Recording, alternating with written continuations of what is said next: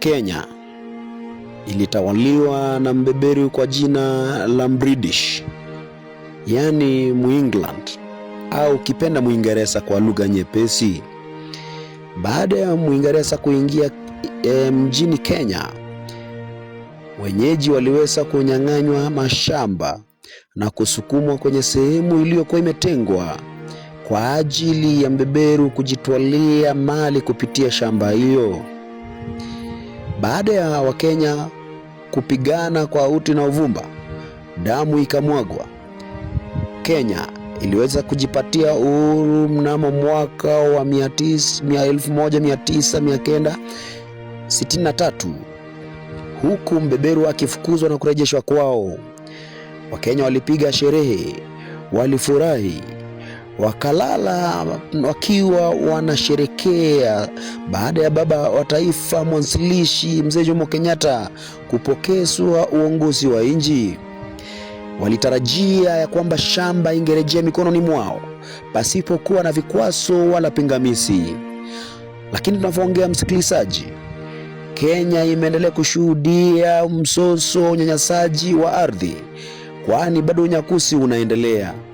Tunapozungumza kuanzia wa rais wa kwanza wa nchi Mzee Jomo Kenyatta hadi wa hivi sasa Rais William Ruto, Kenya imeendelea kushuhudia unyakuzi wa hali ya juu wa ardhi nchini. Je, tofauti ni nini kati ya viongozi wa sasa na mbeberu?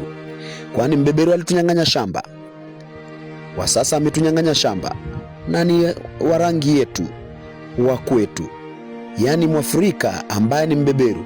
Kwa lugha nyepesi, mbeberu mweusi. Ni uchungu kunyanyaswa na mtu wa kwenu baada ya kushangilia na kufurahi kwamba mbeberu ameondoka. Bado tumeshuhudia na mateso sawia na ile ya mbeberu katika mikono ya watu tuliotarajia kutusaidia. Jambo hilo limesababisha kila mmoja kutaka kuingia serikalini, sio kwenda kutawala na kuleta mazuri, bali ni kwenda kujinyakulia kitu. Unyakuzi umesambaa hadi katika maofisi ya serikali. Pesa inanyakuliwa, vitu vyote vya serikali ambavyo vingesaidia wananchi vinanyakuliwa. Je, ni nani atasaidia mwananchi?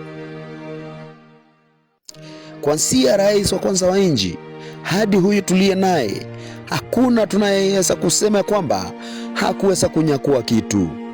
Ingawa kuna wale ambao walijaribu wakasababisha pengine mabadiliko ya moja au nyingine.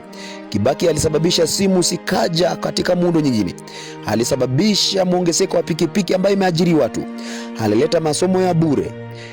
Kisha Uhuru Kenyatta alikuja akasababisha uwepesi wa bima ya matibabu almaarufu NHIF kuweza kutibu. Akaleta kitengo ambayo ilikuwa inaitwa Linda Mama, wa mama wakawa nafuu. Je, tulifo na huyu ambaye ni William Ruto tuliyesema ni Mungu amemleta, je, ni nini tunasherekea kumuhusu?